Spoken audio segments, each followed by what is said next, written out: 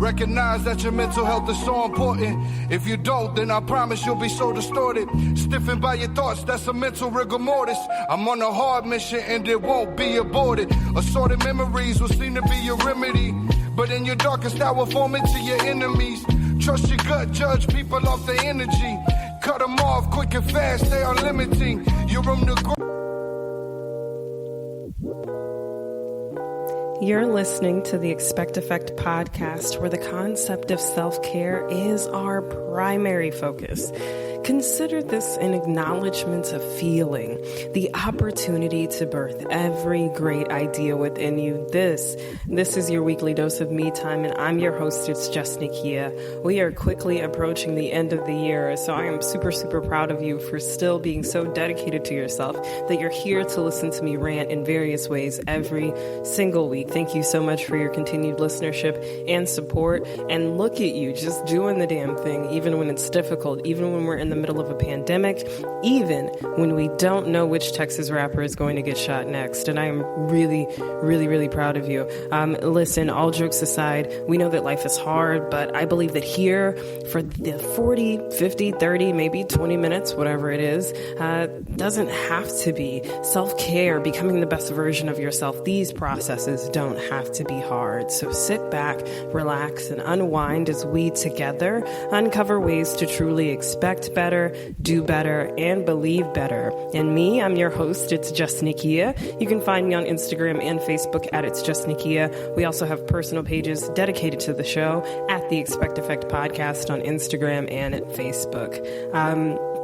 Church announcements. Man, week after next, we are going to begin our Voyage Dallas interview partnership segments. You are going to be hearing from these guests that I have lined up, and I'm really, really excited. I don't want to say too much because I really want you guys to get the full experience, but I am thrilled. I've begun the interview process with these individuals, and I just know that the stories they are going to have to share are going to change your lives for the better, at least for the time that you're listening. So I'm really, really thrilled to share those with you. Next week's episode, man, listen, wig snatched, okay? I was really taken for a ride. I'm really, really excited to tell you more about that episode next week. Other than that, I'm chilling, really ready for the end of the year. I'm tired. I'm ready to take off. I have a lot of things personally I want to get done. Our website for the Expect Effect will be back before New Year. I'm really thinking about having it up within the next 2 weeks. I'm feeling good about the production that's coming along so far in terms of ideas, and just making sure that everything I want is in order and the way I want it is able to be presented. So that is still in production. So before 2021, we will have our website back up, blog posts back up, and so many more things I have in store that listen, right now it's time to wind down. It's time to put 2020 behind us. It's time to move forward as best we can. I'm not encouraging gatherings, but if you are going to gather for the holidays, then definitely be safe, mask up, use hand sanitizer, wash your hands, social distance, all of the above.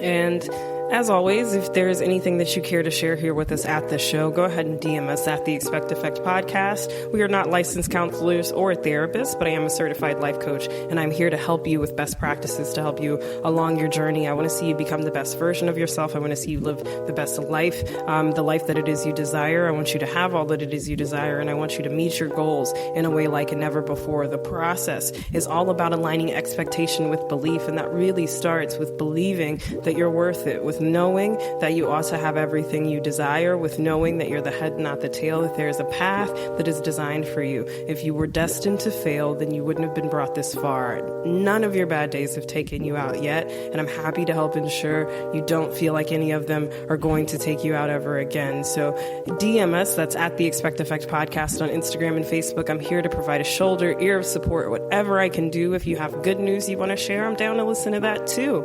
This week's topic, Waiting to Exhale, one of my favorite movies. It very well may be my favorite film. It's tough to say. We have a stellar cast: the late great Whitney Houston, Angela Bassett, Loretta Devine, and the fourth girl's name isn't coming to me, but she goes by Robin in the film. And listen, it's just a stellar movie. Over 20 years later, it's still very, very, very fucking relevant. It is single-handedly, there are no words. It truly is amazing. And if you have any hate towards this film or any of the people in the film, don't forget to go when you leave, and you don't have to come back. I promise.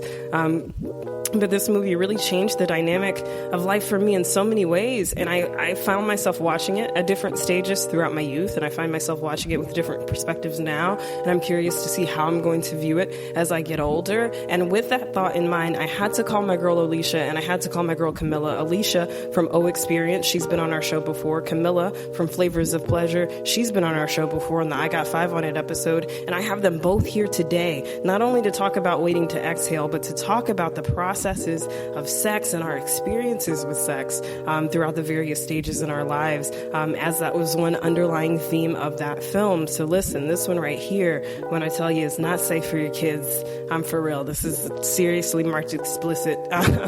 This is self-care still at its finest. Sex is very much a part of self-care, sexual wellness, being educated about sex, being well-informed, and being comfortable with yourself. Knowing yourself in that way is also very, very important. And I think it's so crucial that we talk about these things, and not only that we talk about them, but that we become comfortable talking about them, that we become open to discussing them, and that we realize it really can be fun. So sit back, guys. I don't have much else to say. This 45-minute conversation that you're about to dive into will say all of that and then some. So here we are, stepping into full effect, paying tribute and homage to one of my favorite movies ever, Waiting to Exhale. Whitney, girl, we miss you. Stepping into full effect. Shit, damn, I feel like I haven't done that in a while. I'll be honest. I just want to take a moment and say good job, Nakia, because I feel like we really have not had those issues. But we are stepping into full effect with Olesha and Camilla right after this.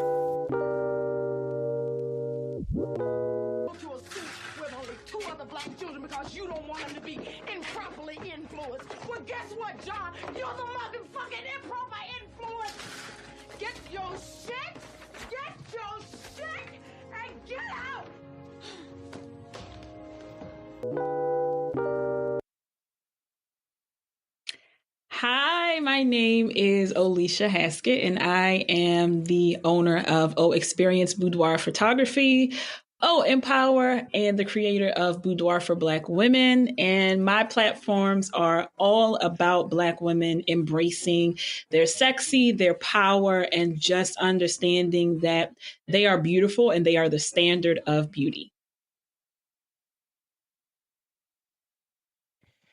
Hello, lovers. My name is Camilla Davis, and I am the CEO and founder of Flavors of Pleasure Academy.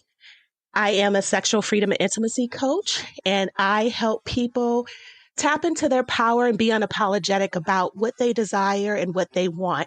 And I'm a huge advocate for pleasure, so I am so looking forward to this conversation today.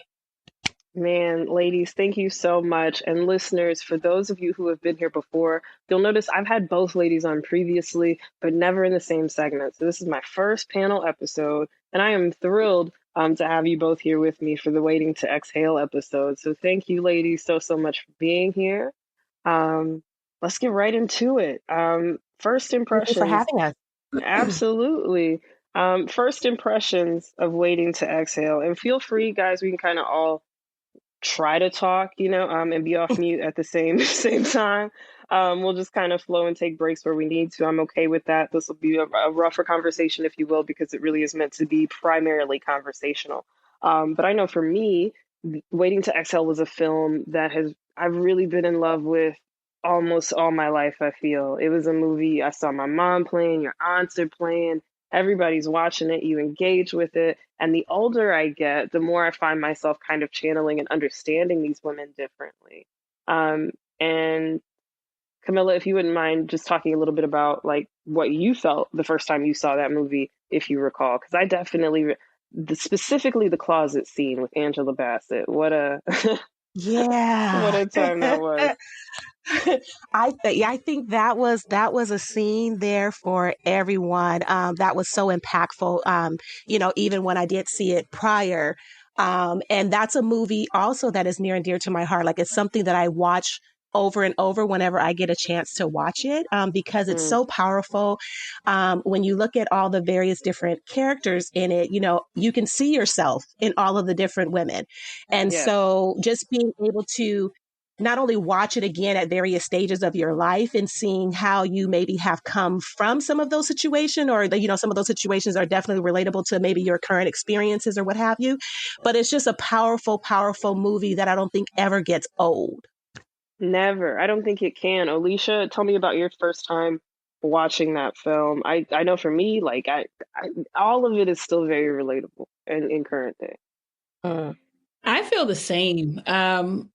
I feel like the same, like that scene you were talking about with the mother, Angela.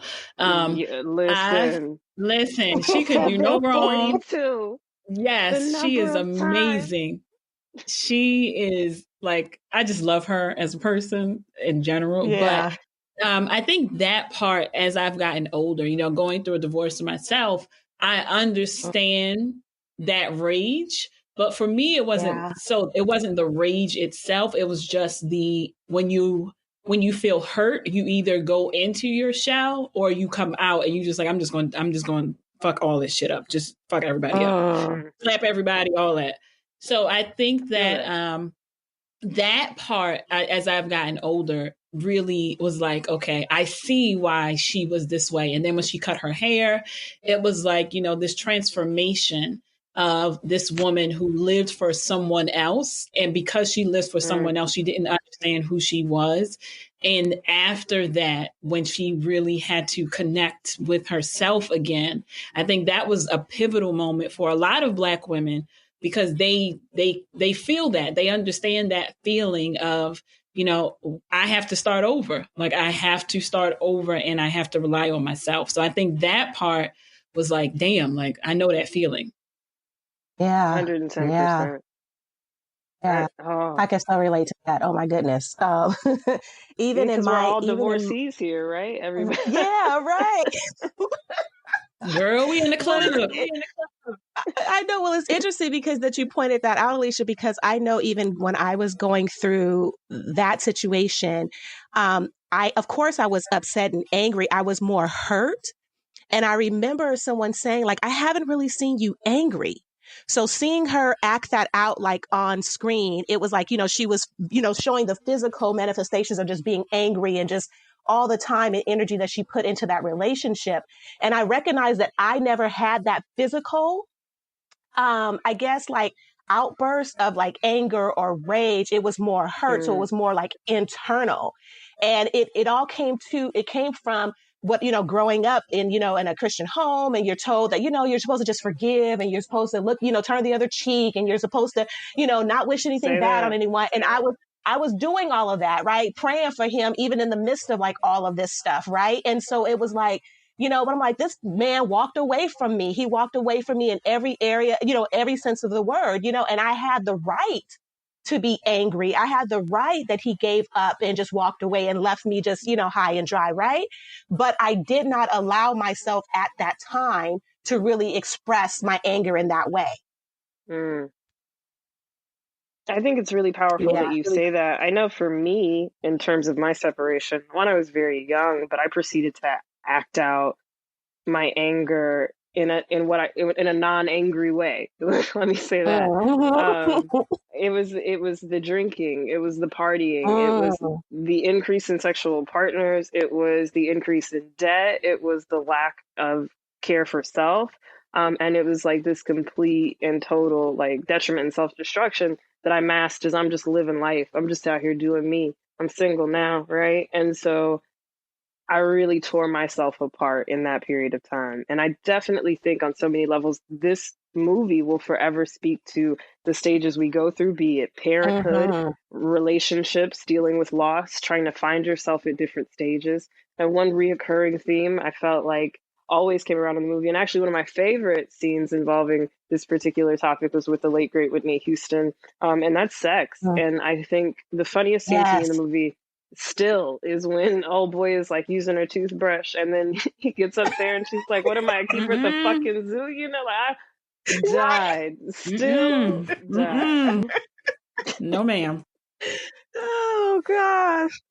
The men we attract, right? I mean, some of like, Yeah, whoa. I went through so many, I still go through so many things watching that movie. And now that I'm older, people like that. And you just like, wow, it Mm-hmm. really be like this out Mm-hmm. here. It's really Mm-hmm. wild. And when we Nasty, just talk about sex, nasty. absolutely disgusting. But some people have no home training, and we can't help that. We can't. But I implore you to Mm-mm. check everybody out. Make sure he comes over with a tonight bag. Like, he should at least have something on him. You can't let him in the house if he ain't got nothing on him. That's really rule Well, number that's one. assuming if you want them to stay the night. So, True. okay, Okay. Okay, Okay. we okay. need to Way to establish flip the all of that script. because Listen. that's assuming we want them to stay the night because, we just may need them Mm-mm. to come over and handle a few things and then, And then keep it bounce. moving. And Yeah, go. be like, what you doing? Keep What it you doing pushing. later? You gotta ask them, what you doing later? What you about to get into? You about to get into something? Yeah, me too. Mm-hmm. That's when you hit them on the way out and be like, "Hey, are you comfortable? Cool. I didn't. Yeah. Did you want to grab something to eat?" And then you do a Right. fake out. You'll be like, "I'll meet you in the car." Nah, I'll be right outside. And lock the door. Don't ever come out. You don't answer nothing. Be like, "Whoo, that was close. That is." Listen. For real. Establish Just be those clear. boundaries. Just be clear. Just be clear. Yeah, be very Establishing those clear. boundaries. Please But do. I think to even get to this point, there definitely had to be a moment of utter and sheer confusion, the figuring out. What was your first time like? Whoever wants to go first. Ooh. Girl. I know. I feel like Mine. that's exactly all I have to say. I was like, Yeah. Yeah, mine was more like an exploration. Like, oh, I could do this, or I could turn like this. Okay, I could do this. What's this do? So I think mine was like that. It Mm. wasn't really it was more like a technical thing. Like it was like I was just like, okay, so I can move here, I can put my leg here. That feels American different. Ninja Warrior. Yeah, pretty much. I was like, okay, that feels different. What's this? Oh, okay. No, I don't like that. So I think that was how mine was, honestly. It wasn't anything that was like this grandiose, like roses on the bed, candlelight. It was like in the dorm, and that was it. Mm. Girl, I mean, Mm-hmm. hey, I think hey, I can't. I snuck a dude in, and the way my house was set up, it was like Alcatraz, like no cap. We live in the hood, whatever. Everybody in the hood got bars and bricks. Everybody in the hood got bars and bricks. Okay, those are two things people in the hood gonna have. So we had bars and bricks. I snuck old boy in. And honestly, it was quick. It was fast. My very first time, like we was Mm-hmm. maybe like 10 minutes tops. Mm-hmm. And the second time, the time I really felt like I was with a man, like it was a totally different experience. Much like you, I felt like I was Mm. in an Olympics course, but not even at my own control. I said, "Nigga, how many Mm. pornos have you been watching? Like, what are you trying to do? And like, what exactly do we have going on here?" And however, I feel like the soul Mm-hmm. tie was so strong in that situation. We definitely did have sex after the fact, even in my adult life. Mm-hmm. So it was just a huge different experience. And then my first time with a woman, it was all about, well, what exactly are we going to do here?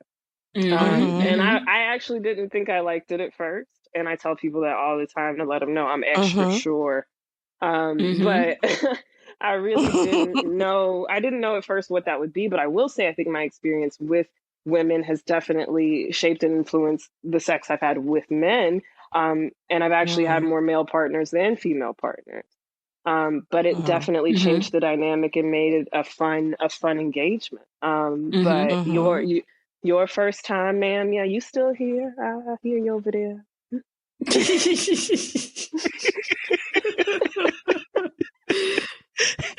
She chiming in. Mm-hmm. Listen, I was just listen. We waiting for you. Oh, me? Okay. Mm-hmm. Yes, you know who we Oh, talking. okay. She over here. Oh, See, I my knew bad. it. I I was thought you gonna was. try to sneak in on her slide. I was trying to make sure Uh-uh. to see if you was listening. And now I I feel like you You can't wasn't. be sly. You Were you can't be no. listening? sly. You I just thought gotta she call was. her by her No, I name. thought she was talking to somebody else. My Who bad. else My on bad. here? Okay. Okay. Okay. I done went. She done Well. went. You the only one that ain't go. Listen. I thought she was having a side conversation. My bad. Okay. It's okay. Well, for me, I would consider myself consider a late bloomer because I didn't lose my virginity until I think at 18 or 19 when I was in college. And although everybody was having sex around me in high school, it wasn't something that as sensual and sexual that as I was, it wasn't something that I felt like I had to do. But when I got to college, it was one of those things it's like, okay, it's time. I wasn't waiting for a particular reason. It wasn't like, oh, I had to wait till I got married, even though that's what I grew up believing. But I was just like, it's time because I'm hearing all these stories, people talking about how great it is. And I'm like, I want to experience some of that as well, too. I'm sure there were some songs out at the time. You were the R&B. Oh my about? goodness. I'm telling you, because I knew all the songs and all of that what stuff. Happened to me. I was like, damn, right? I'm telling you, I want to experience that. And so it wasn't anybody that I was seeing or anything like that. It was just somebody I chose. And I chose this person. And I was like, okay, you know what? He's going to be the one. And I just remember, again, nothing romantic. It was nothing, no kind of preparation, no kind of nothing. It was literally on the floor and we did it. And I was just like, was that it? And I was so disappointed because it was very underwhelming. I was like, is that it? Because that was not what I had read about, studied about, heard about, learned about. It was just that was not it. And so it took me a minute even after that to even want to explore even more because I was like, well, if that's it, then I'm good. I'm cool. I don't need to do this. I can take care of myself and I'm good. Right. You know what I'm saying? So I only was with that person one time, but it took me a minute before I started to really explore. So yeah, it was, like I said, no foreplay. It was over quicker than I expected. Yeah. And I think that definitely then sets the tone and precedence for what happens to a lot of us next. We do look to porn and into movies. And I know for me, one movie that really set the tone, aside from Waiting to Exhale, if anybody ever saw Trios, Pandora's Box. Shit, I think it's been a minute. That particular, yeah, but that particular movie, there was a lot of graphic content in it. And I'm watching movies like The Best Man and you're trying to understand and find your way around it. And then you are having sex with different people, for me at least, to try and really get a gauge and, just living. And I actually didn't have a wide variety of sexual partners until after my divorce. I could still very much count on one hand the number of people I had slept with until it all went bad. But did it go bad or did you get to explore? It went great. I was in the sunken place. So I'll be honest, it was a terrible time. I tell everybody, that scene where he's like, give me the keys, babe. And she was like, I can't give you the keys. She didn't give me the keys, y'all. She didn't give me the keys. She was like, okay, I did it. I'm not proud of it, but we're here. And we're changed. And that is no offense to my Caucasian listeners. I support each and every one of you. It's just not for me.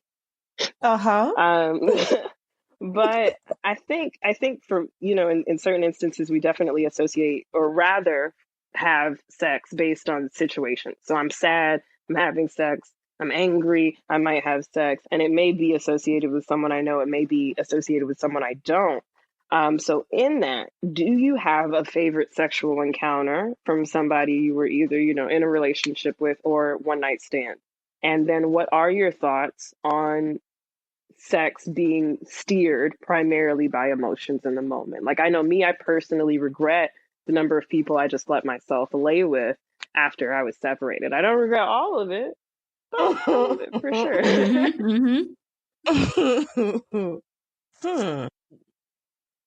I think for favorite me, sexual encounter. You want to go ahead? No, go ahead. Okay. No, go ahead. Go. I think for me, it's been when after I'd been with my husband from 18 to 30. Yeah, 30. So I had for me, that was my sexual, experience, but it was good because we never had a problem with sex. We just what some people went through in their life when they, were married, I didn't have when it came to sex. Like sex it was never an issue. So for me, I was satisfied with that. Like I got to do things, and just whatever. And we knew each other. So our bodies were like connected in that way. But until I had one sexual encounter, I felt like this is how adults do sex. Like I didn't even know this was like this. Like this is what y'all be doing. I know. I feel that. I feel that. Like that was my experience, and I was like, "Oh, this is nice." Like, oh, I was like, okay, like this is something different. When I actually, had the encounter with someone who was literally confident in themselves. And he was just like, I'm going to take control of this. And I was like, well, you ain't got, okay, I'm going to just go ahead and follow your directions, whatever you say. And that to me, I remember that too. That feeling the first time somebody said, you let me handle this. Like, okay. Yeah. And that to me, because I have a very strong personality. And if you allow me to take over, I'm going to take over because that's just who I am. I'm going to give you a little rope. But then if I see that I'm just like, I'm going to just go close the fridge. Like, I'm going to be all right. I'm going to be out. I'm going to see you later. Camilla knows. Like, my cutoff game is like, thanks. No, thanks. I'm good. I'm good. Don't forget to go when you leave. I'm good. Thanks. I'm good. But that experience, I think, was just like, wow. Like every time that I was with that person, I was just like, okay, I like this because I feel like this person is acknowledging me as a grown woman and they know how to actually have sex. Like they understand my body or they understand female anatomy. Let me say that. And then they also understand, how to take care of their body. So it was like, this is like, I could do this. Like, this is nice. I can see this. And our chemistry was off the chain. Like, whenever we got together, our chemistry was insane. So it was, even if we weren't having sex, like, it was just like he was just a really good person. So we were able to just chill. So even after sex, we were able to have conversations, which were just about everything. So that, I think, also allowed me to just be comfortable in that space. Well, what memories you got starting off I like know. that? Well, I'm just look, y'all have me reminiscing, like, I would say one of my favorite would be the first person I was with after my divorce. Because I had, as you guys know, I was in a marriage where I didn't have orgasms with my husband. I had them with myself, but I never experienced them with my husband because he was a very selfish lover. And so outside of that, like when I was like, okay, I'm going through this divorce, and when that time comes, like when the ink is dry, like I am ready to like explore. And so anyone that I was coming in contact with, I know it was coming from the place of the pain that I was feeling from what I experienced in my marriage.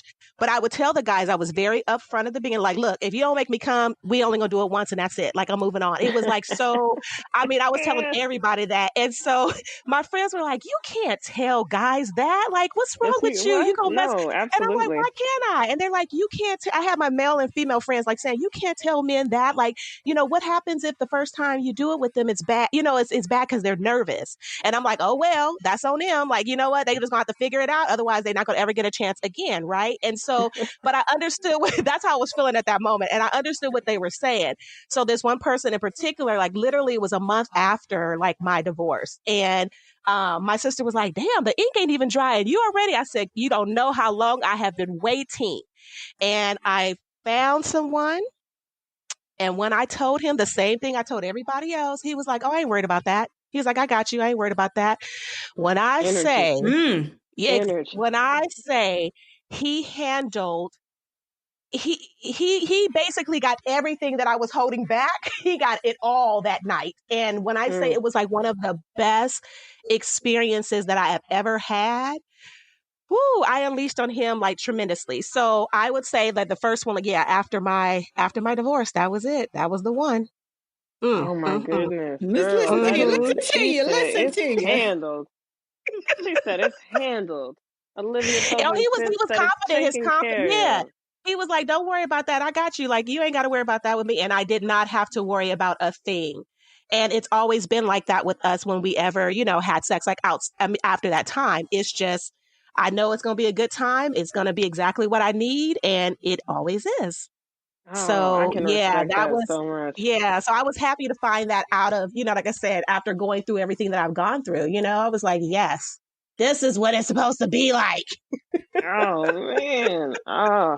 When I think favorite sexual encounters, I will say I'm a person who has, yes, encountered bad sex, but I fortunately had more good sex than bad sex. Okay. And I think on an intimacy level, on just closeness, one of the first things I felt Mm. post divorce was with a guy who really just said, "I'm going," and the words verbatim I remember were, "I'm going to take you out, like, and it's okay.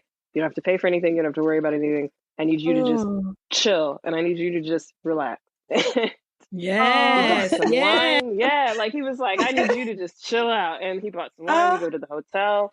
And we really just hung out the next morning. He put gas in my car, and like he had literally oh met me the day yes. before. You Yeah, better and we go were good ahead. friends. We were working together previously, and then he met me the day before. I came to his house. I was just in tears. I was hysterical. I was fresh in the middle of the situation, and we're things are Mm. tense at my home. And to give kind of a backstory at my home at this moment in time that I'm at his house in tears, there is and this is real time confession because I've never said this happened at all, other than to my Mm. fiance who I'm with now, so we have no secrets in this space. Mm-hmm. But Mm-hmm. I went over to my home. I'm coming back after a fight with my wife that night. I'm knocking on the door. I can't get in. I'm trying my key to my house. My Mm. top lock is locked. There's somebody in the room.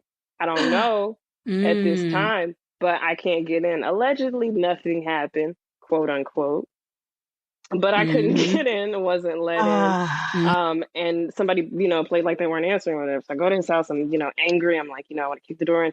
And the first thing he said to me is, "Good things don't end." And I actually have a tattoo of that on my right wrist, just Mm. the words. Mm. First thing he I said to love me is, "Good that. Mm-hmm. things don't end." And he said, "You're just going to chill out." He said, and he started just making breakfast. He was real chill. He was like, "You want something to eat?" And Yes. we played PlayStation. And we actually had like real impulse sex in that moment. And I just went back to the Mm. apartment. She was sitting on the couch or whatever, and she said, and like the girl wasn't, like nothing was going on. And I was like, honestly, I don't want to hear it. I think you can leave, and I just want to be in my apartment without you. Mm-hmm. And she had taken the liberty to leave a couple days before, so we did that, had a moment, cried some tears. She didn't know anything about that situation, but the next day he hit me and he said, "You know what? You still seem a little tense, and I just want to take you out." And for the intimacy factor, Oh, that was just a really yes. Yes. amazing Yes. experience. Yeah, especially when you Yes. feel like you're just Yes. losing everything around you. My dad had Mm-hmm. just Yes. passed too, so it was Yeah. just a lot. And now I feel like the best sexual experiences I have are with my partner because there is so Mm-hmm. much exploration. Like there is so much, "Do you Mm. want to try this? Can we do this? And how about this?" And there is so much, like we look at toys together, and there's just a real Good. open transparency about like how can we make this more lit, or what do you think about this. And she's super supportive and amazing in so many ways, so it's so fun to be in this situation now because I feel like sex isn't something I have to reach at or grasp for. It's something I can really Mm-hmm. explore myself, and that feels cool. That When we is talk wonderful. about self exploration, though, masturbation, why or why not? Hell yeah. Uh, yeah. Hell yeah. Um, yeah. Mm-hmm. I was just checking. I say yes. It was. I'm all for it, and I think some people are ashamed of self pleasure. Why do you think that is?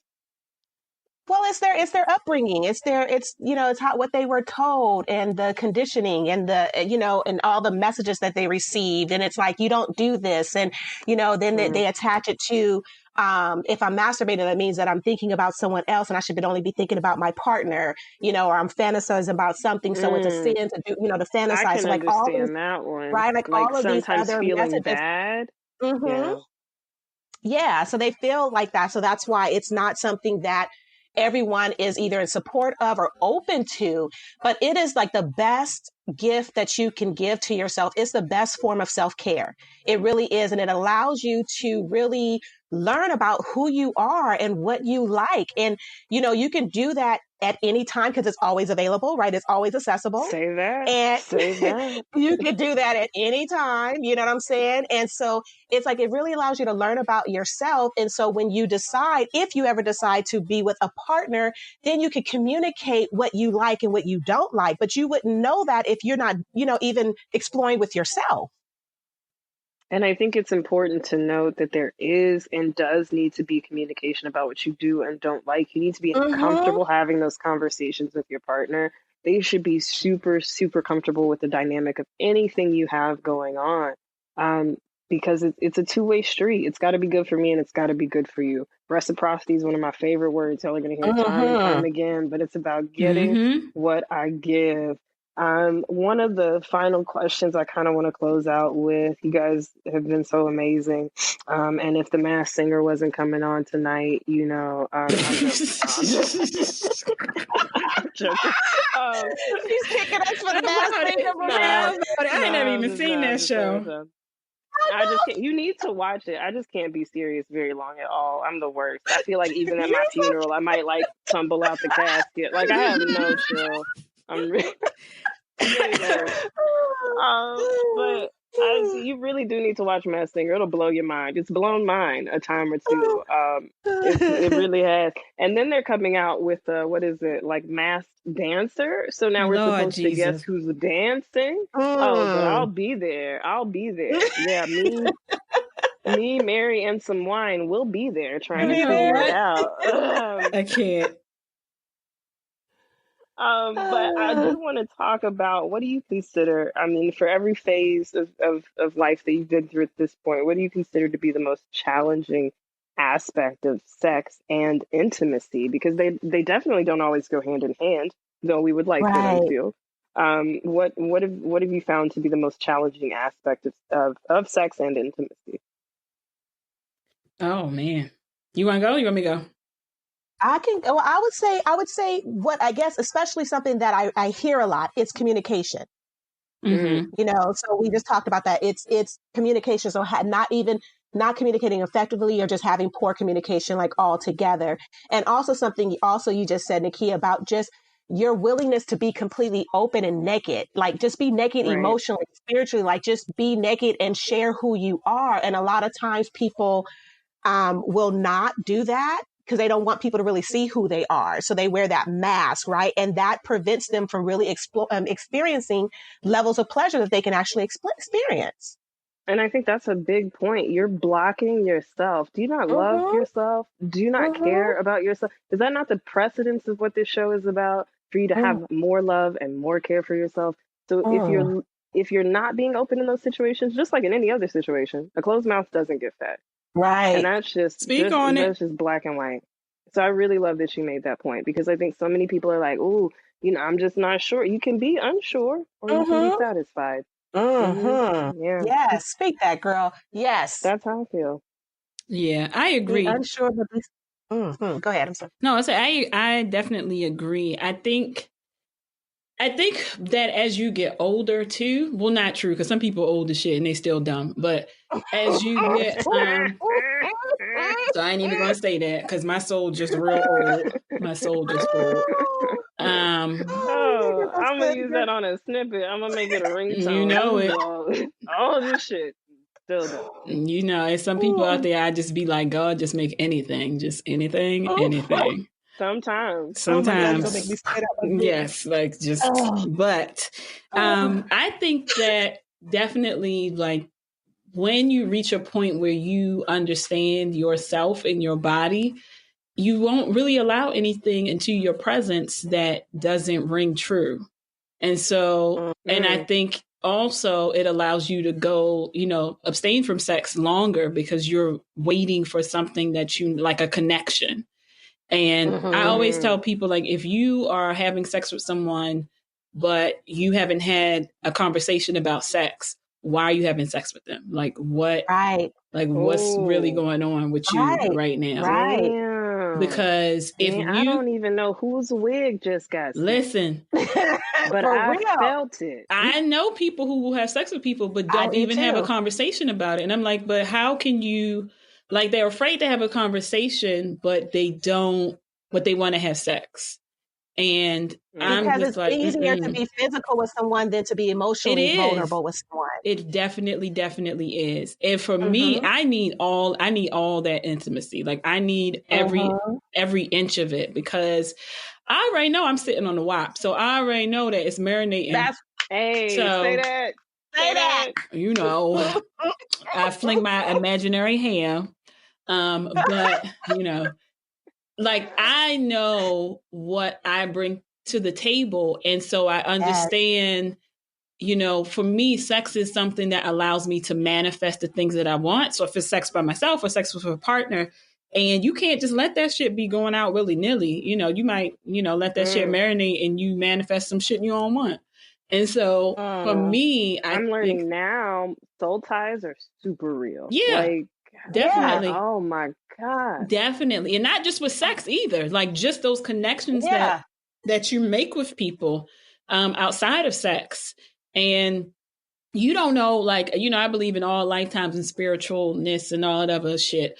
And you don't know if that you and that person were connected previously, and you just keep running into this person until you just be like, damn, ain't you tired? Yeah, I'm tired.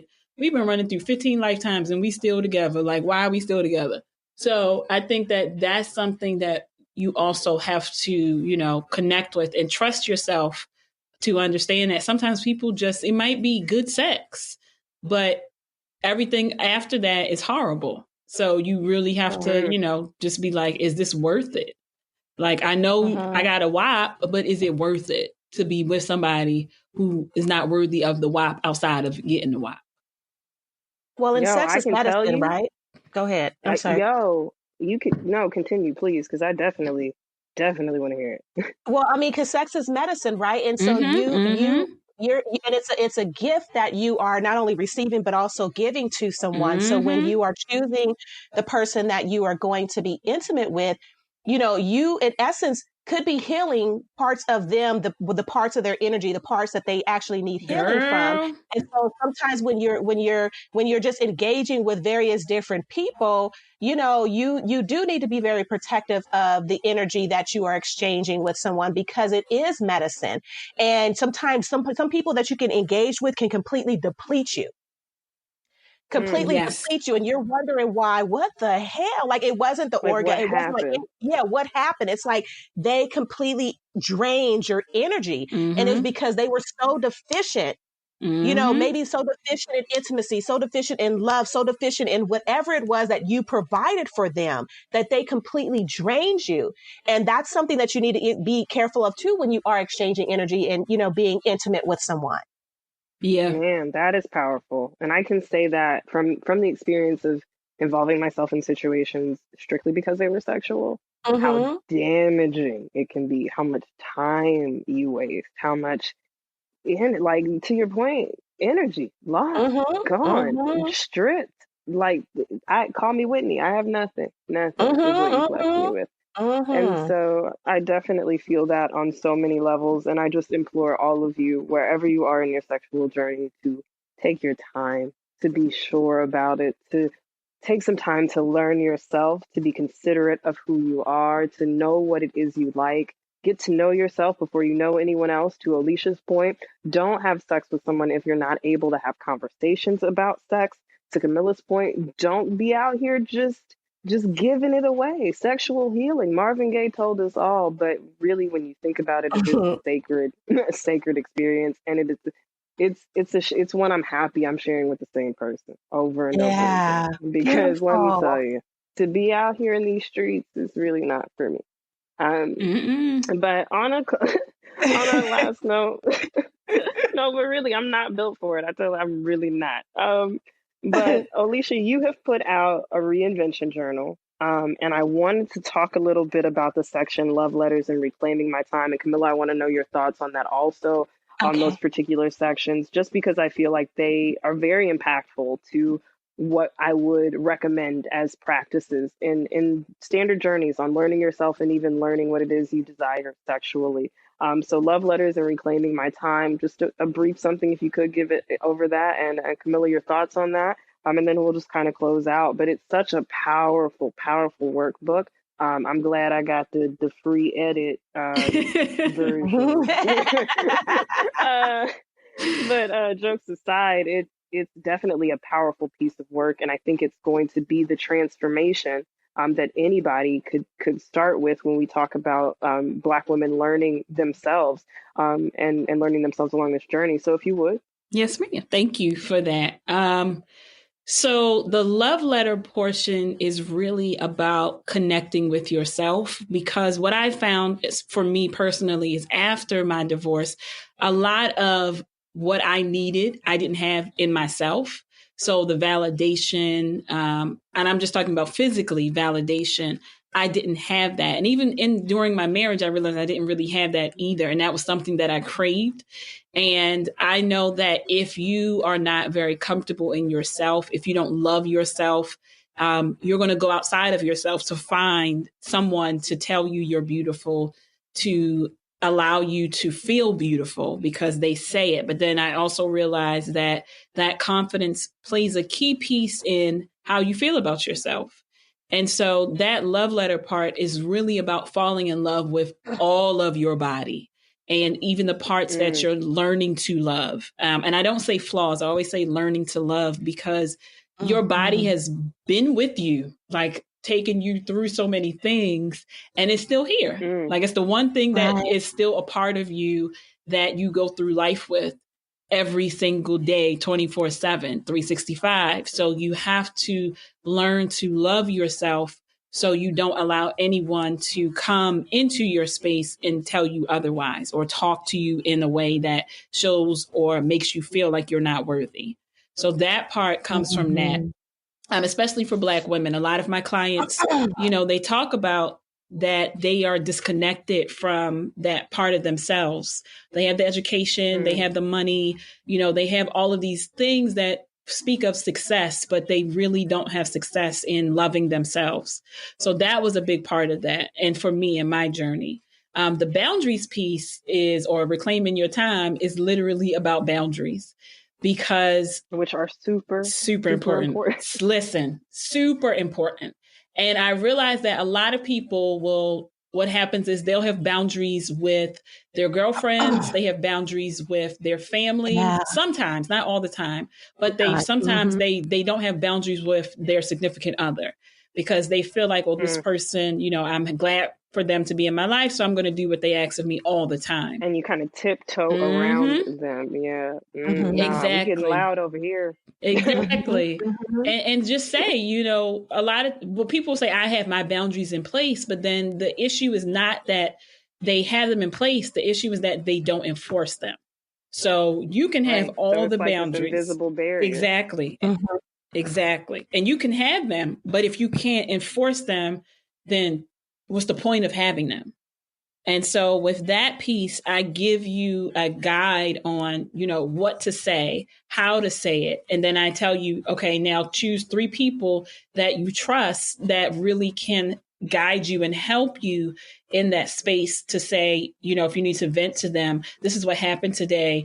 And they just really allow you to express yourself in a way that is healthy and not harmful to you or that person. So, yeah, that's the biggest thing. I think that's huge. That is huge.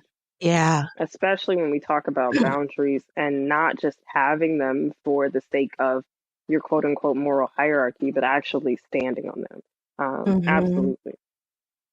I mean, because the reality is there's some people that don't know that they can say no, and so they don't realize that boundaries is something that they actually have a choice with, maybe depending on how they grew up. So I think what you're talking about, the love letters and how I see the love letter, excuse me, is like a form of intimacy. And we've talked about this before, Nakia, about, intimacy, right? Like, so right. It's a time and a place for you to really reflect on yourself. And although we've talked about self-pleasure can also be that time for you to reflect on yourself. And it doesn't have to be sexual. It doesn't have to include your genitals. It really is about a time and sacred time for yourself so that you feel safe, so that you can look into yourself, look inside and kind of answer some of those questions that are in her, in the journal. And again, it goes back to once you uncover that part of yourself and you are really seeing yourself and seeing who you are, your heart, and you're really putting it out there, then again, you can go into communicating that to someone else. And that is one of the biggest things that prevents us from like experiencing pleasure or, the lack of intimacy is the disconnection. So if you're not connected to yourself, you're not going to connect with someone else. Period. It really is that simple. Knowing self is what allows you to know others. Loving self is what allows you to love others. And I want to thank you both so much for making this such an amazing experience. I have had a wonderful time with both of you, and I will be watching both of you walk away. But real quick, if I could just let the people know where they can find you on social media, any upcoming projects you may have, and then I'll do my thing so we can get out of here, y'all. Okay. Go, Olesha. Okay, girl. So Yeah, girl. we are, for me, of course, it's really creating things for Black women. So Boudoir for Black Women, creating things to help other Black boudoir photographers. So that's my biggest thing right now. Definitely moving into consulting and helping other women business owners really get their business together, try to figure out what they really want to do in their passion. Yes, in their passion. So I've started that. Camilla knows because she's been getting on me about it, to really get that moving and get it going forward. And for Experience, we are actually going to, I'm about to say Canada and Jamaica. Lord, that's where we're going next. Yeah, I don't know why that came out of my mouth. Yes. Speak it. Yes, so I receive. We receive it. So we are actually going to Mexico next month in December. And Camilla and I are going to be doing something together down there in Tulum and maybe Cancun. But we are going to be shooting and just helping Black women understand that they are, sexy and they are sexual beings. And we just want to make sure that they know that shit and they, pop off. Right. Oh, that's dope. That's dope. That's dope. I'm excited to hear more about it. And as always, excited to share and support. Camilla, what you got going? Well, you can find me at flavorsofpleasure.com. I am on IG as well too. And like Olesha said, we have this event coming up. So I'm really excited about that. Just being able to serve and to give back to, our women that look like us. And helping them really tap into some of the things that are really holding and hindering their pleasure. Like I said, I'm a big advocate for pleasure. And so I just really am passionate about helping women do that. And besides that, I'm working privately with clients as well too. So I'm always available if anyone is interested. Yes, that's how y'all plug. Y'all better. Now me, as y'all know, it's just Nakia here closing out. This has been another week of expecting better. Yeah, look at us. We did this. We did. Week. I'm telling y'all, I feel like Penny when she got out of her mama house right now. That is how good I feel. Y'all are fantastic. I can't. Well, this is just the first though, right? Because this is about to be many more, just so you know. Yes, I'm like you guys. I have a world of topics and a world of ideas, and I'm so happy that you two women are willing to take time out of your day to help me bring these things to life. So thank you so much. Anything for guys. you. You're welcome.